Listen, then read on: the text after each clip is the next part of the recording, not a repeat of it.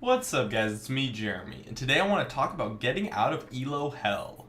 Just before I start, I want to announce an awesome charity stream event that I'll be hosting on this Saturday, starting at 9 a.m. PST at twitch.tv/Jeremy_GamingCurios. We'll be raising money for the children in Africa, and to encourage donations, I'll be giving away 3 Riot Singe skins to donators, one for North America, one for EUS, and one for the EU Nordic East servers. These skins were very generously provided by my friend Oliver at buylolskins.com. Do us both a favor and check out his site. He sells rare LoL skins for some pretty solid prices, and he's even got a sale going on the Human Rise and Silver Kale skins. Be sure to use the code GamingCurios at checkout for a full 10% off of your entire purchase, so you can ensure that you're getting a great price. Once again, that's buylolskins.com, and hopefully we can raise some money for the kids. Anyways, this is a video about ELO hell, so let's get started. Now, I find that the concept of ELO hell can be summed up in quite a simple analogy. Now, ELO hell is actually very similar to real hell. They really do have quite a few similarities. The first is just like real hell, ELO hell is simply just an idea. It's up to you whether or not you want to believe it exists. There's nothing wrong with believing it exists, and there's nothing wrong with believing it doesn't exist. But the fact is, just like real hell, is that it only exists because you allow it to, because you believe in it. ELO hell exists because you believe in it, and when you stop believing in it, it stops existing. No one can decide if it exists for you. No one can make that decision. People can influence your ideals, but no one has the final say other than you, just like real hell. Now, I personally believe that neither of them exist, but for the purpose of this analogy, I'll pretend that I believe they do. Next is that just like real hell, ELO hell is something that you are in due to actions that are your fault. You can blame this and that and make excuses, but at the end of the day, you're there because of no one else but you. It's your fault. This is exactly how ELO hell is. Now, not every game is winnable, just like how it isn't really possible to never do bad things in your lifetime, but at the end of the day, it's your overall actions and your conscious choices that make you a good person, and it's your overall play and skill level that will make you a better player and allow you to win games. That is the key to rising out of ELO hell.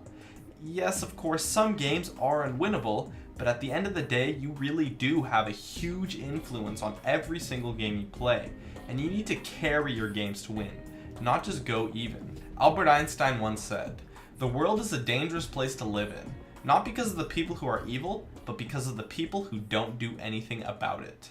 And this idea applies to ELO hell as well, and to your League of Legends games. You can't just expect to go even. You need to be the active force in every single one of your games in order to win. You do this by outperforming your direct opponent. And when I say outperform, I mean you need to win as hard as you possibly can. If you win by 10 CS in lane, it's such a negligible difference, it's absurd. That's a difference of around 200 gold or so. Now, you didn't lose, but at the same time, you're not really being that active force that you need to be in order to win. Now, if you win by, say, 30 CS in a kill, that's much better. That's a difference of 900 gold or so. But even that isn't enough to carry a game. Your direct opponent will still be able to beat you in duels probably, as a 900 gold difference really isn't that much. Now, let's say I beat my opponent by 5 kills, 50 CS, and take their tower in lane. That's going to be a difference of about 3,000 gold if you account for death streaks and factor in the global gold of the tower. Now, I'm sure any of you can agree that creating a 3,000 gold lead for your team is going to be pretty significant and help them out a lot. You need to be that active force. You need to create that 3,000 gold lead. It doesn't just happen automatically. If you don't do anything about it, you're not going to win, and you're not going to make your team better. And that's what you need to do to win. Wins are not something that just happen. They're something that you earn. And the ranking system is designed to be like this. There's always going to be that bubble where you might be good enough to beat your direct opponent just to gain a few hundred gold lead, but not enough to absolutely destroy them. And that creates the illusion of your teammates being at fault for the loss. But instead, that is just how the system is designed. You need to be able to carry games to get out of the ranking you're in. Now, there's always going to be extremes on both ends, such as games that you feed and get carried, or games that are simply unwinnable, and that's okay. You're crazy if you expect to reach Challenger in 100 games. Hell, even taking 100 games to climb a single tier is already really, really good. The current ranking system is supposed to take a long time. It's supposed to keep you playing. But in the end, the trolls and feeders will average out if you are truly good enough to climb out of where you are. Now, League of Legends is of course a team game, so there's no denying that your teammates do have an influence on the game, but that's not the right way to look at it. There's nothing you can do for your teammates, and nothing your teammates can do for you once the game is over. You will likely never even play with them again. Because of this, you need to look at the bigger picture. It doesn't matter what your teammates do. It doesn't matter how they play. In the end, that is all arbitrary. What does matter is how you play and how you do. That is what you take with you into the next game, and the game after that, and so on and so on. The only consistent factor that you have the ability to influence in your games is yourself. So you need to focus on playing your best and improving rather than how your teammates are playing.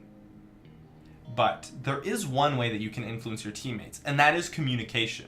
Communication is literally the only thing that you can do to influence your teammates, and as such, should be done to its fullest extent whenever necessary. This means giving them advice in a friendly manner. No passive-aggressive bullshit, as that is basically the same as raging, which goes without saying is a terrible idea. When you rage, you just make everyone feel bad and put them down, and it's the same if you're being passive-aggressive with your advice.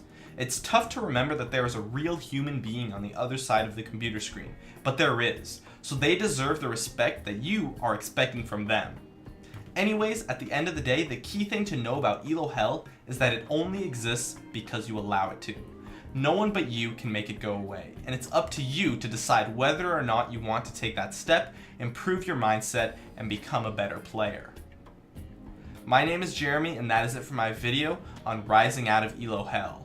Make sure to check out the charity stream Saturday at 9 a.m. PST at twitch.tv/Jeremy_gamingcurios. And I'd love it if you could support me with a like.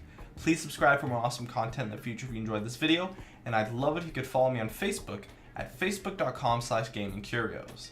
As always, thanks for watching, and I'll see you guys next time.